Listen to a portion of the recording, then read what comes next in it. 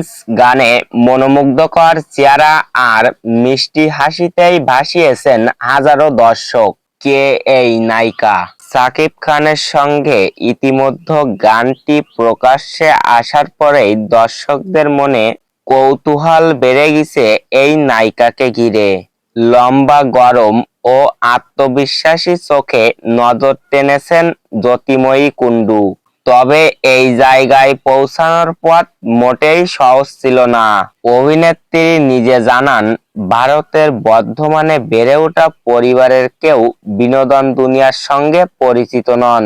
ছোটবেলা থেকে মডেলিং এর প্রতি ঝোঁক থাকলেও কলকাতার কাজের সুযোগ খোঁজা ছিল বেশ চ্যালেঞ্জ। প্রতিদিন বর্ধমান থেকে কলকাতায় যাতায়াত, এই কঠিন রুটিনের মধ্যে নিজের স্বপ্নকে আঁকড়ে ধরেছেন তিনি।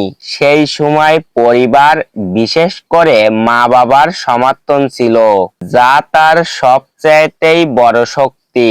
কোন রকম বাধা বা ততাধিক সামাজিক গণ্ডির মধ্যে তাকে আটকে রাখা হয়নি। ধারাবাহিকে সুযোগ পাওয়ার পরে কলকাতায় পাকাপাকিভাবে থাকা শুরু করেন। স্টার জলসা নিবেদিত বধূয়া ধারাবাহিকে পেখম চরিত্রে অভিনয় করে ব্যাপক আলোচনা হয়ে প্রথমে নজরে আসেন জ্যোতির্ময়ী। এরপরে ধীরে ধীরে খুলে যায় বড় পর্দার দরজা। তার কথায়, আমার অভিনয় জগতের প্রবেশের গল্পটা বেশ অদ্ভুত। সোশ্যাল মিডিয়ায় পোস্ট করা একটি ছবি থেকে ফটোশুটের প্রথম প্রস্তাব আসে। তখন ইন্ডাস্ট্রির নিয়মকানুন সম্পর্কে বিশেষ ধারণা না থাকলেও ধীরে ধীরে আত্মবিশ্বাস বাড়ে এই অভিনেত্রীর। জীবনের প্রথমে এত বড় ব্রেক পাবেন ভাবতে পারেননি জ্যোতির্ময়ী। প্রজাপতি 2 ছবিতে মিঠুন চক্রবর্তী ও দেবের মতো অভিনেত্রীর সাথে কাজ করার সুযোগে রাতারাতি হয়ে ওঠেন জনপ্রিয়। সেই জনপ্রিয়তাই কাজে লাগিয়েছেন বাংলাদেশও।